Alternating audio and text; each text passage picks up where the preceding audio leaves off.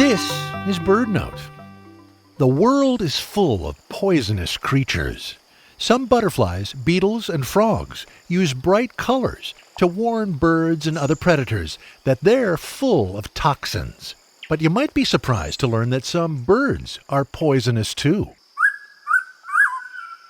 The Hooded Pitohuis is a bird that lives in New Guinea and eats a toxic beetle. The Pitohuis aren't sensitive to the beetle's toxin, so they can accumulate large amounts of it in their skin and feathers. Scientists examined the chemicals from Pitohuis feathers and identified the same type of toxin found in poison dart frogs. Like the birds, the frogs may also gain their chemical defenses from eating insects. But Pitohuis aren't the only birds that pack a toxic punch.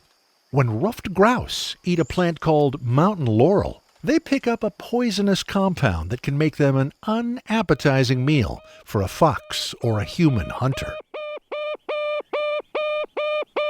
And quail in the eastern hemisphere sometimes snack on hemlock, turning them into a very upsetting dinner item. Many predators like to eat birds, making the world a pretty dangerous place for them. But evolution has made some birds a little dangerous too. For BirdNote, I'm Michael Stein.